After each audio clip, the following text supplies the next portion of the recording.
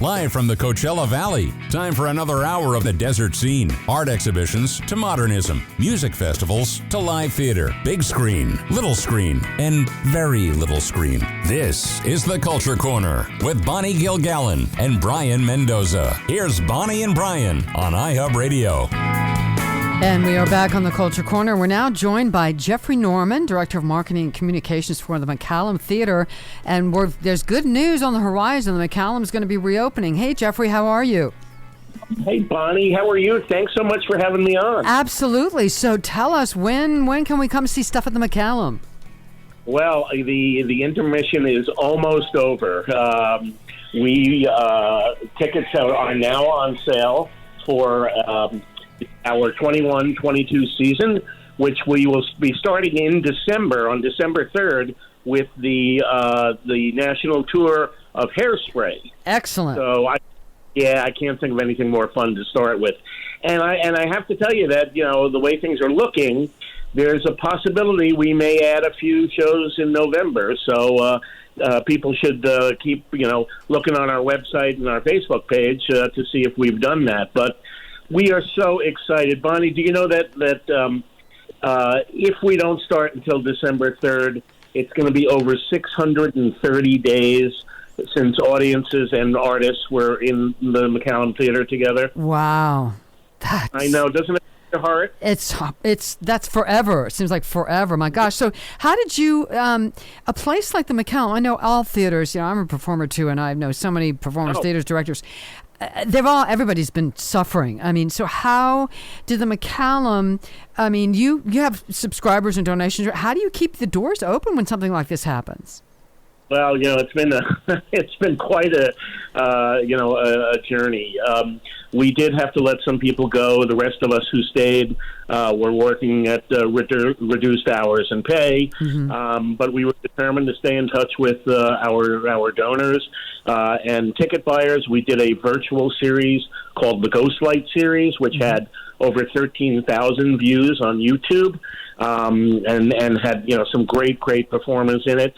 But mostly, Bonnie, I have to tell you, and you know this, it's the generosity of this community. Yep. I mean, people knew that it was a tough time for nonprofits, and the McCallum is, in fact, a nonprofit, and people have been very generously supporting us even through the pandemic. So, and one of the most important reasons why they did that is because we have one of the finest arts education programs in the Valley. Right.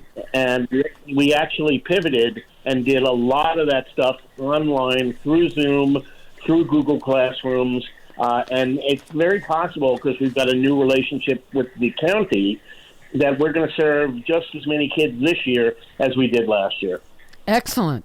Yes, excellent. So, another question for you. The performers, obviously, you haven't had anything live there for quite some time. Was it, I'm imagining I'm guessing that your lineup for 2021 season maybe it's changed a little bit from what it was originally going to be, or not? I don't know. Well, we had to go about and rebook everything. Mm-hmm. And these artists and their agents weren't necessarily sure of what was going to happen any more than their crystal ball wasn't working either, as ours hasn't been. There were a few. We managed to move a great deal of the shows from the 2021 season into the 21-22 season. Mm-hmm. There are some Broadway shows that aren't coming to this part of the country. So we lost those, but we're hoping to get those in 22-23. Mm-hmm. But we do have a great Broadway season. We're starting with Hairspray, mm-hmm. Then a really, really terrific production of Fiddler on the Roof, which I got to see when it was in San Diego. Uh-huh. And then Jersey Boys is the most popular musical at McCallum in its history, so that's coming back again. And then we're going to have Beautiful, the Carole King musical, which the last time it was in McCallum sold out so quickly that we knew we had to bring it back. Yeah. And so, so educational. Tell me about. You're doing something with the National Geographic again? Yes, we've actually added a fourth performance. National Geographic Live has these amazing evenings where they have photographers and videographers and adventurers who go out. You know, we're having somebody who was on the space station this year. We're having an extreme skier. We're having somebody who gets way too close to bears than he probably should. But they come, and it's a great evening for people to bring their kids, their grandchildren. It's educational. It's fun. The visuals are amazing, and it's a nice change of pace for the McCallum. Yeah, and tell us about, you got some special programming also on tap, yes? Well, we like to think that everything is... but this is extra special, okay.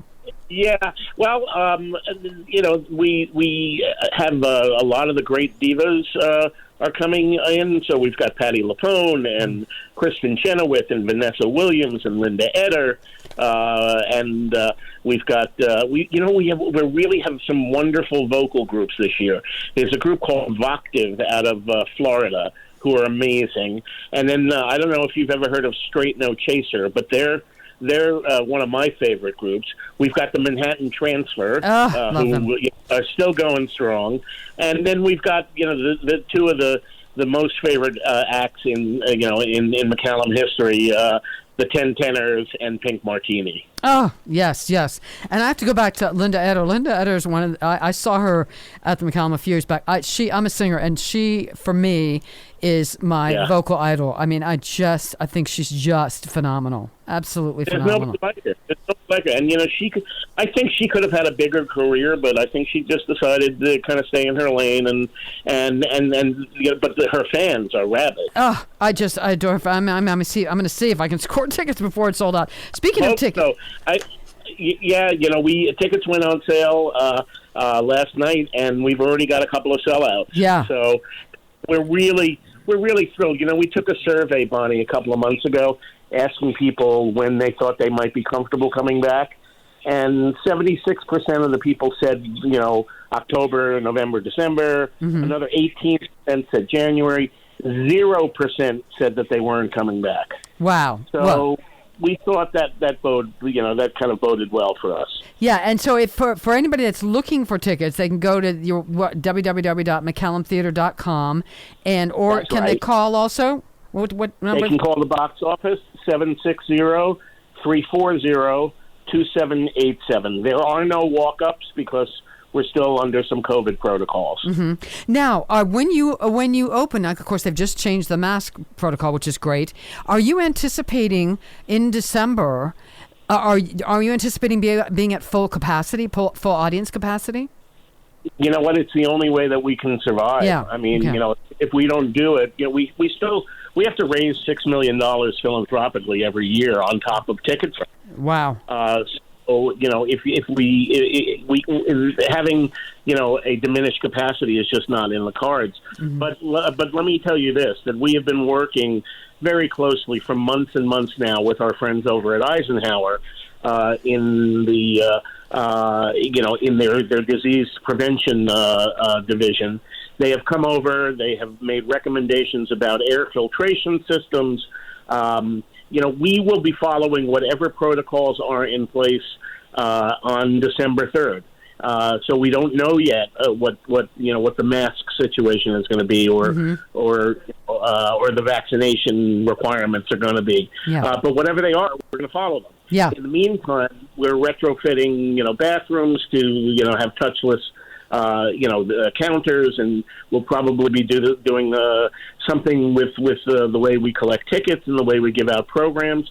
But we want to make sure that not only are you safe when you come to the McCallum, but you feel safe. Yeah, that's important. I think Brian has a question for you. No, yes. I was going to say, to get away a little bit from COVID, I wanted to ask you, you have so many great shows on here. I love Fiddler on the Roof and Hairspray.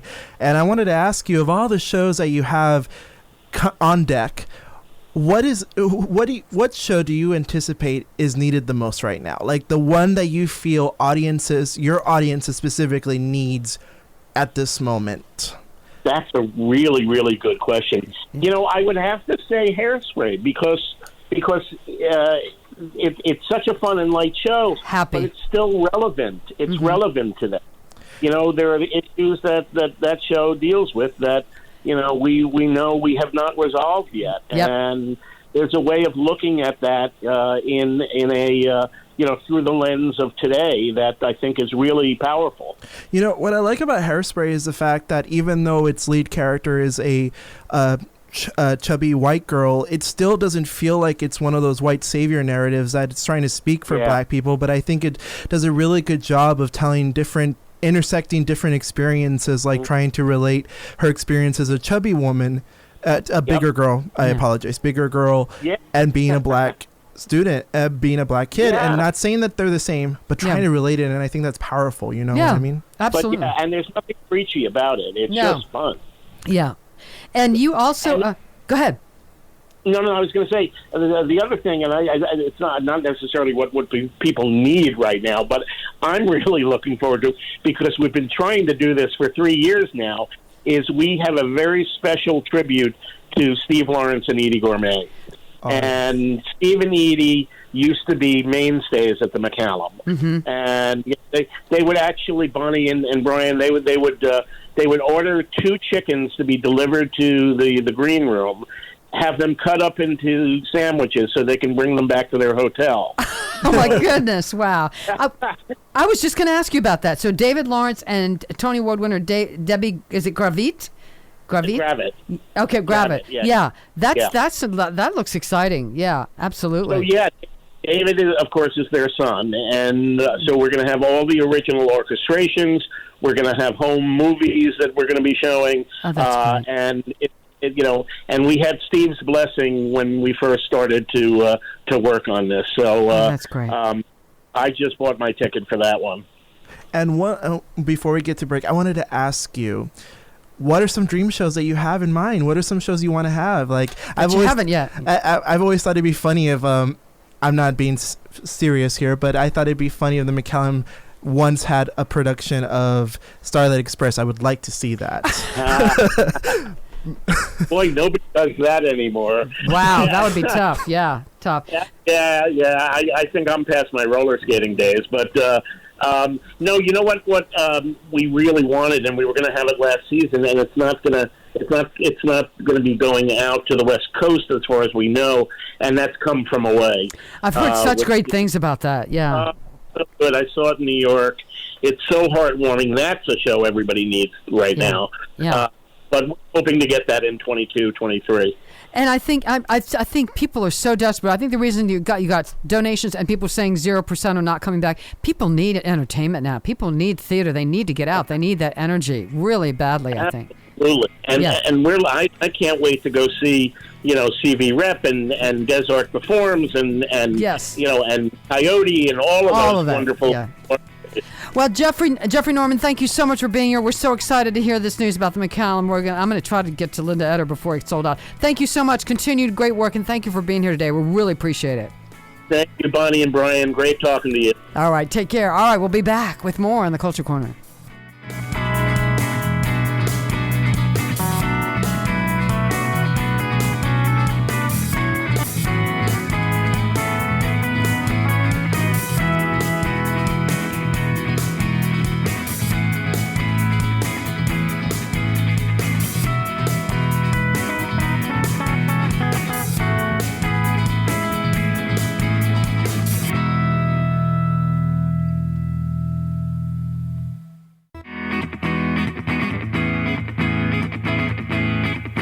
The curtain rises on local and regional arts and entertainment. From music to theater, films to fine art, it's the Culture Corner. Get connected. Call 760-544-TALK. That's 760-544-8255. Here's Bonnie and Brian on iHub Radio. Now we're going to talk about the Rock and Roll Hall of Fame. Yay! And this year's inductees include Jay-Z, Carole King, Tina Turner, the Go-Go's, and Todd Rundgren. Rundgren. Yeah, I always forget how to say his name. I've always seen it more so than I've read it, but I know who he is. Yeah. The Foo Fighters too. Okay. So I think this is a really good list. I like it. I don't know. Now my only question is, I mean, Jay-Z has made a ton of money, but is he considered rock and roll, though?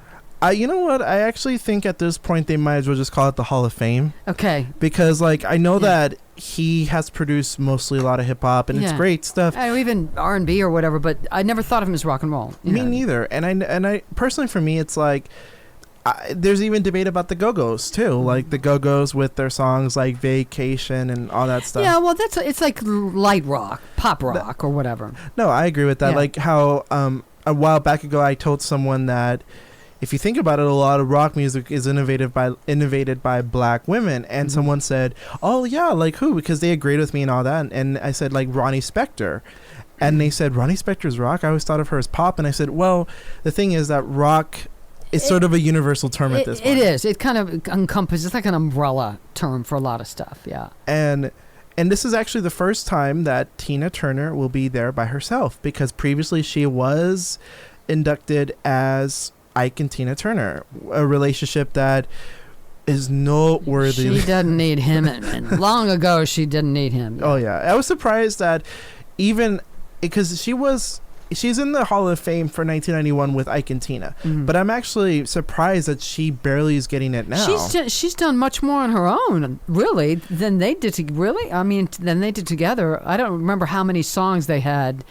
But she's done at least as much on her own. I would even argue, I would agree with you that she has done so much more. Yeah.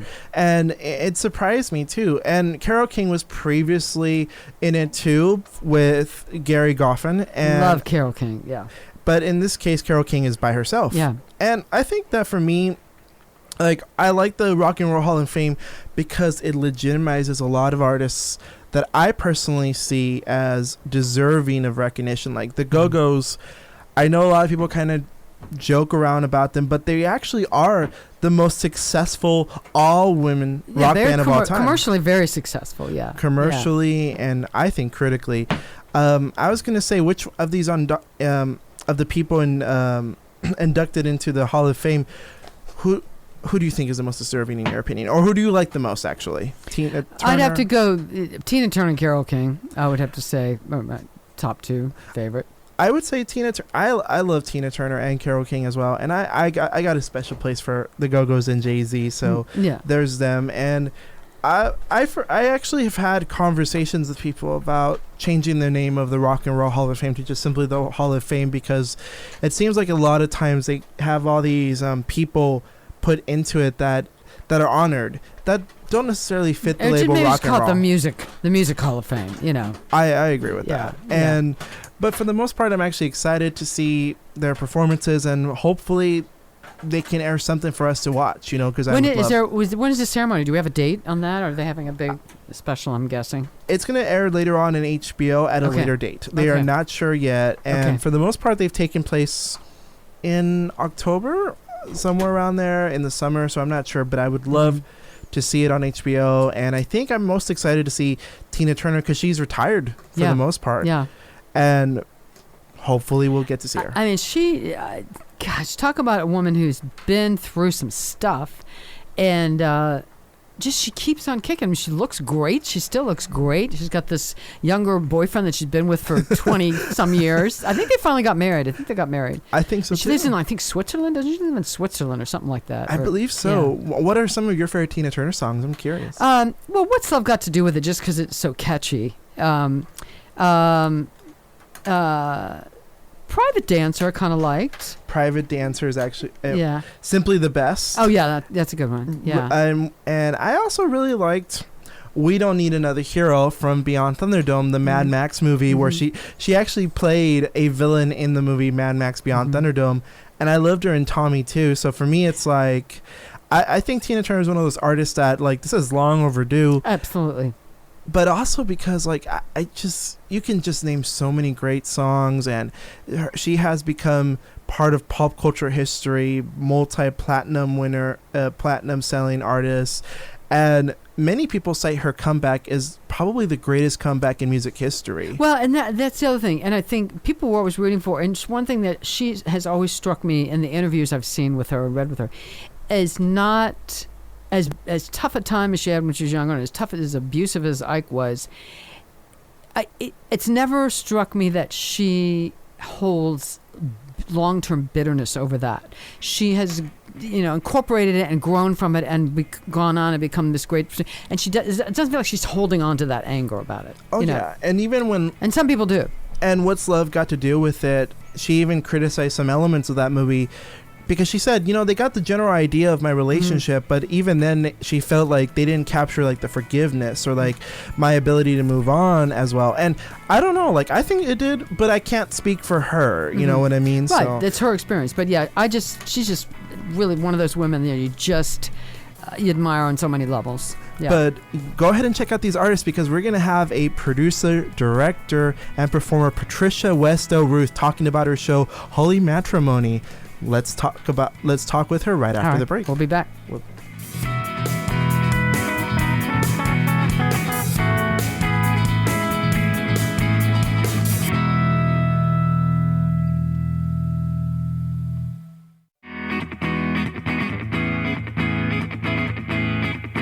You're listening to Bonnie Gilgallon and Brayan Mendoza, talking arts and entertainment on iHub Radio's The Culture Corner. Live from the desert cities of Southern California, here's Brayan and Bonnie. And now I'd like to welcome Patricia West Del-Ruth, also known as PDR. She is a producer, director, performer, script writer. She does it all. And she's doing a production of Holy Matrimony, an original production, if I'm correct. And it is a experimental piece where different writers tackle the same subject of the day before a wedding. And they put on a show like that. Like basically the show is different scenes from different writers who have no interactions with each other, telling a story, and it's very experimental and fascinating. And the story is the day before the wedding. So how are you doing, Hi, PDR? Patricia. Well, hi, and first of all, Brayan, great job. It's not easy to explain this project, and I thought you did that very well. Bonnie, I just want to say it's nice to meet you as well. You too. And I'm very pleased to be a guest today. So I'm just curious how you came up with this idea, this concept of this production. Well, thank you for asking. I've been licking my wounds a little bit because I had a play that was supposed to open at the Palm Springs Arts and Cultural Center back in April. And like so many people, we have all been kind of in this twilight zone of not having a place to express our creativity. Mm-hmm. And I wanted to try to figure out, how can I help? What can I do to really enlist the creativity of my writer friends and the many talents of my actor friends? And so this was perfect. This is a perfect project because I got to use 5 different writers to create what they would basically like to write. I gave them for example, I would say, okay, you're on a stakeout, you're getting married the next day, and you're talking to your partner on this stakeout. And that was the framework. Yeah. And they would have to create a scene within that. So very, very limited information. But honestly, I love to deconstruct the form of any art. When you look at Bruce Lee, what he did in creating Jeet Kune Do, he deconstructed martial arts. If you think of Martha Graham with dance, he deconstructed dance. So this is my way of deconstructing what we always are looking at, and that's formulas, whether it's in plays or whether it's in film. And so I thought, wow, this is a really cool thing to do because Zoom, this online producing that we're now doing, is neither theater nor film. So it's a perfect place to do something experimental. Now, were you A, surprised and or B, pleased or both with what all your writers came up with? Blown away. Okay. Okay. Blown away. When I say that the scenes range from everything from, we have things like, one is like a thriller. Mm-hmm. One is like a horror film. Mm-hmm. Another is like a rom-com. Another one is, just very spiritual. So I did not give them a genre, again, to see what would happen in their imagination. So it's very exciting in that regard.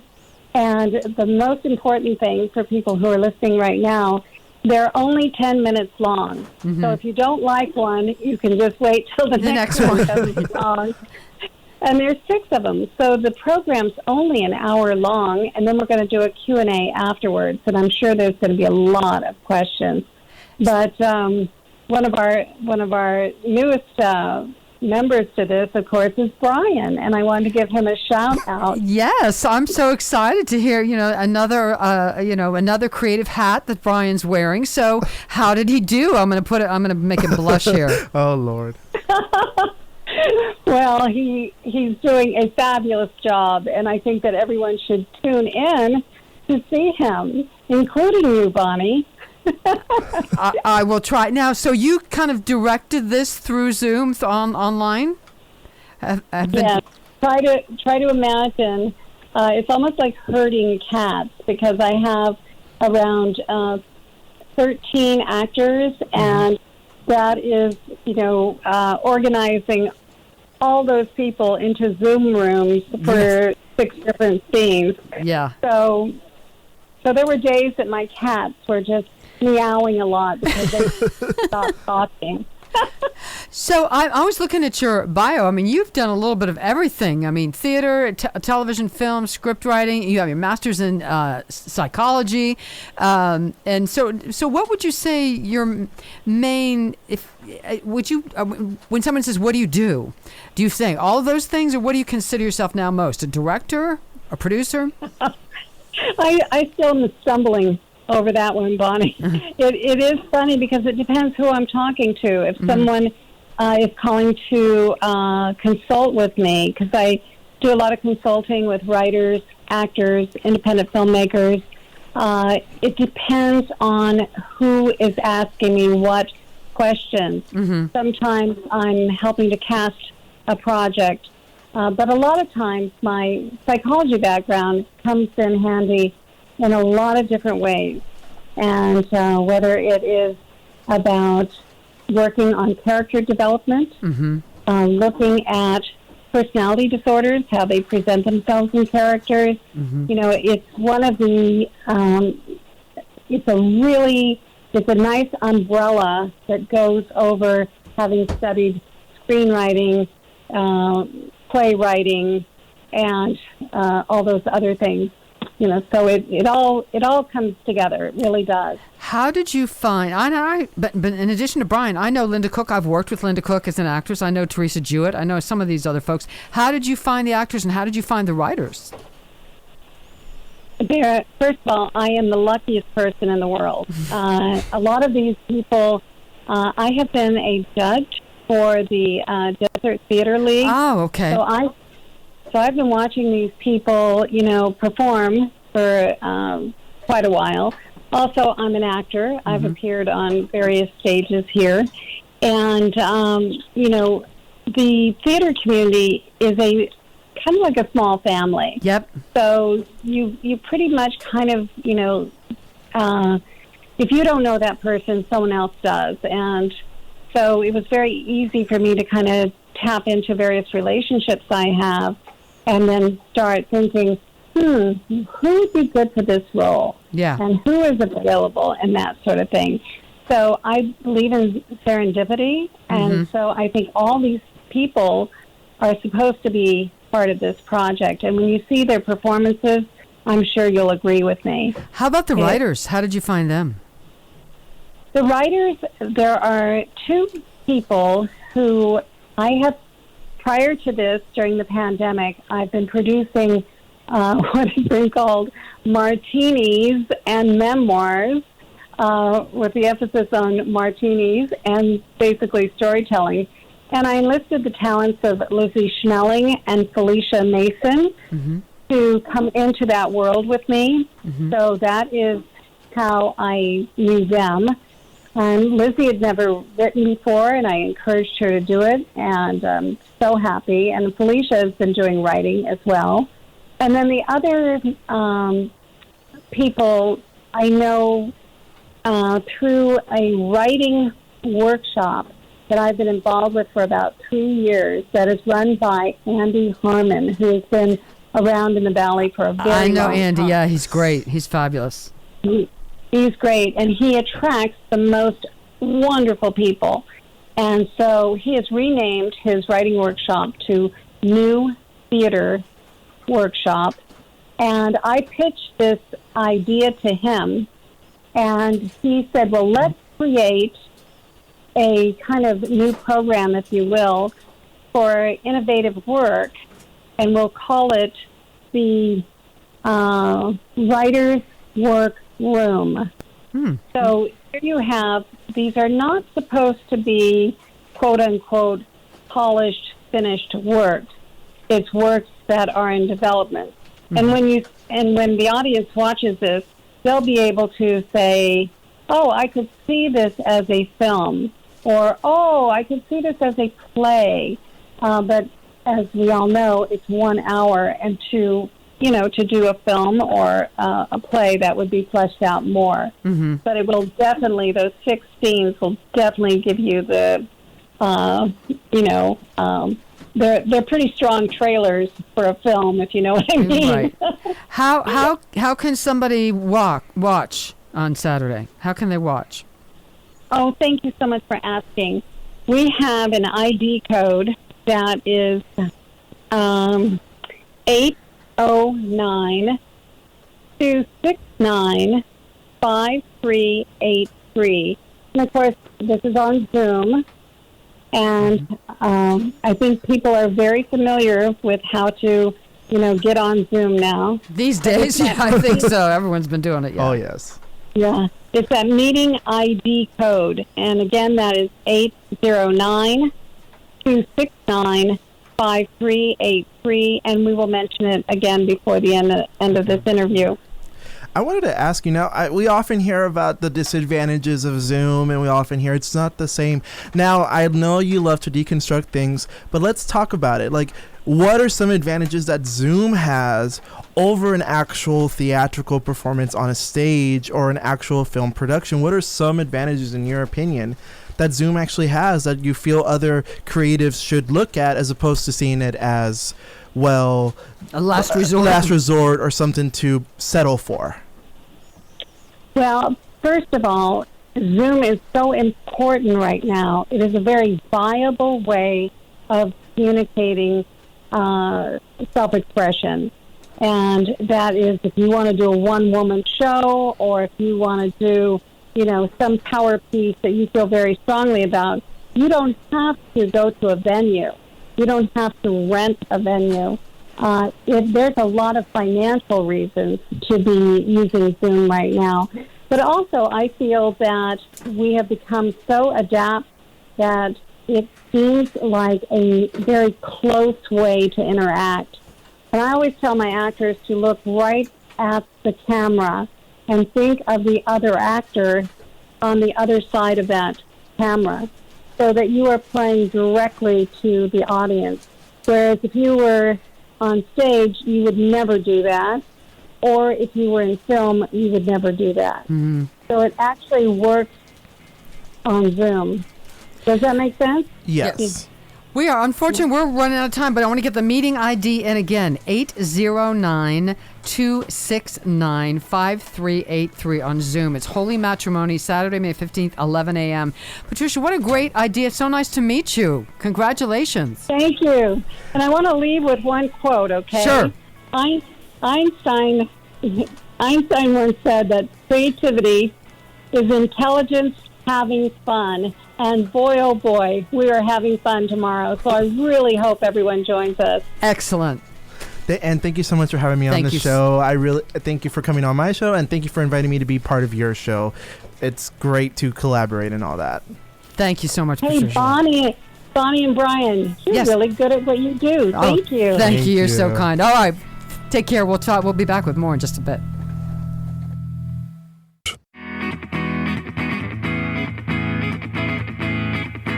You're listening to Bonnie Gilgallon and Brayan Mendoza, talking arts and entertainment on iHub Radio's The Culture Corner. Here are Bonnie and Brian. We're going to go ahead and talk about American Idol for this last segment. Oh boy, American Idol has been one of those shows that I keep forgetting is still on the air and still relevant. Other people are forgetting that too, yeah. And I feel bad saying that, but Caleb Kennedy was this finalist on American Idol, and he was, a fan favorite, and he is talented. But unfortunately, when you're young, you do dumb stuff. Yes. So he was 16 years. So he's 16 years old right now. But when he was a little bit younger, he actually took a video of himself on Snapchat, or it was like a social media post where it was him, and right next to him was a young kid in a KKK hood, basically like a KKK hood, and it was shocking because I saw it. I was like, okay, well, what's the deal here? What's the context? I need to know what the joke is. Has he said what the context was? Has he said that? Well, his mother has stated that for the most part, they saw a movie called The Strangers. And The Strangers, it was a movie about a group of masked figures who go to someone's house. It's a home invasion movie. They go to someone's house, and one of them has like a pillowcase almost like for a disguise. And he was trying to imitate that, apparently. But when I saw the video, all it really was him showing himself, and then right next to him, a guy with a very pointy white robe-looking thing. And I thought, okay, like it's one of those things where I get what he was trying to do, but it's also like optics. Like it matters what something looks as much as what the intention is, in my personal opinion. Yeah. And basically, he'll be taking some time off to better. He has said that I'll be taking some time off social media to better myself. By saying that, I know that this has hurt and disappointed a lot of people, and maybe people lose respect for me. I'm so sorry, and I pray that one day I'll regain your trust in who I am and have your respect. Thank you for supporting me.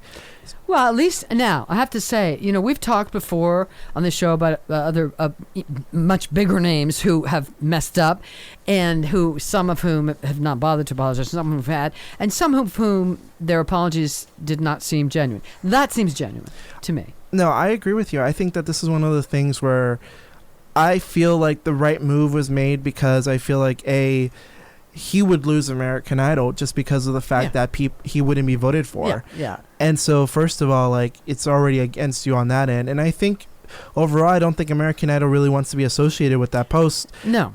And I feel bad saying this, and I don't believe in punishing people for like things in the past, unless it's something where they're not even trying to like fix it or anything like that. Acknowledge it or whatever. Acknowledge it. Like in the case of Kevin Hart with his homophobic tweets in the past, I honestly say to him that he could have done much better at addressing it.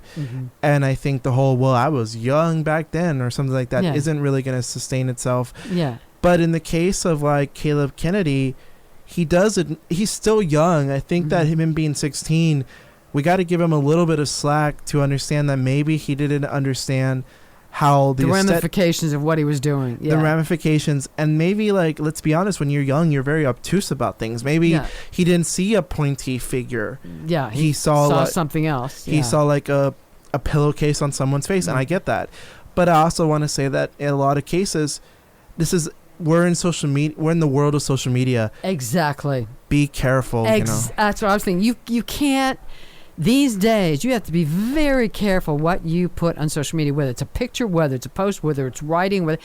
You got to be sure before you hit that post button, do you want this out there? Do you want this out there 5 years from now, 10 years from now? Are you sure? Yeah. Because this will come back to haunt you. And remember, like, think about it this way. Is that something that you think that's going to age well for you? And do you think you're going to stand by that? Exactly. And don't say it's like a new thing, because it's always been a thing where in society you publish a book or publish it's not a new thing. And even social media is not a new thing anymore. Come on. No, it's certainly not. And if you publish an article, if you publish... It's out there. It's out there. Yep. Like, even back then, publishing just anything. Because now with social media, you have the power to publish something. Everyone does. Yeah.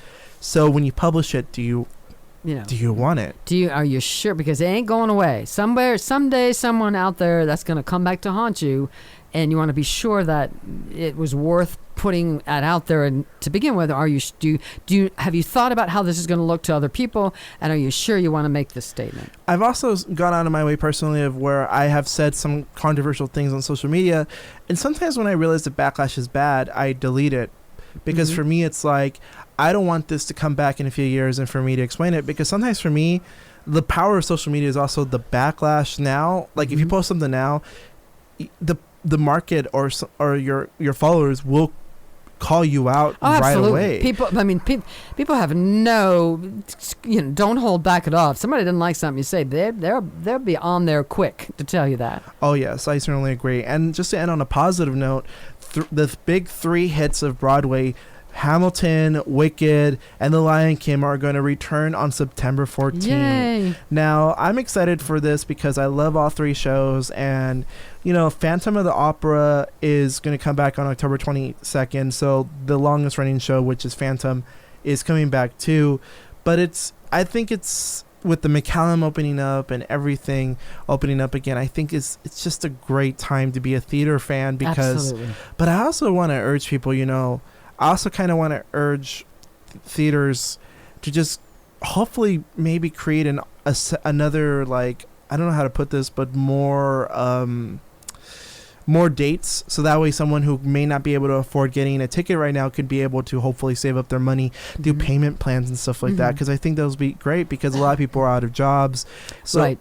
So hopefully if anybody owns a theater or anybody who is in a theater production, consider doing payment plans because a lot of great people want to see your show, and it shouldn't just be reserved for people who unfortunately who have benefited from the pandemic, but rather it should also be enjoyed by people who need it, like people who hurting and could use that little positive entertainment. Yeah, so absolutely. So hopefully I think that's one message I want to put out there, but also that it's just great to see theater back. Yes.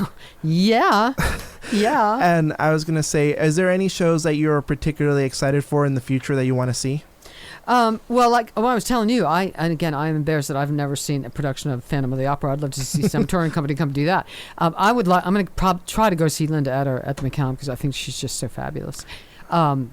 Just a lot of stuff out. I'd love to see Wicked. I'd love to see a lot of it. I want to see Hairspray because I think that, again, like when we were talking about it with Jeffrey Norman, it is a really relevant and very fun show. It holds up. It holds up, especially considering that it's a show that was based on a movie, and typically shows based on movies don't get the same level of respect, but that show has transcended the cinema to this wonderful theatrical performance, and I'm excited about that. Thank you so much to our guests, Deanne Lubell, Jeffrey Norman, Patricia West Del-Ruth. Yeah, PDR. PDR. Thank you so much to everybody. We're so glad we're moving forward.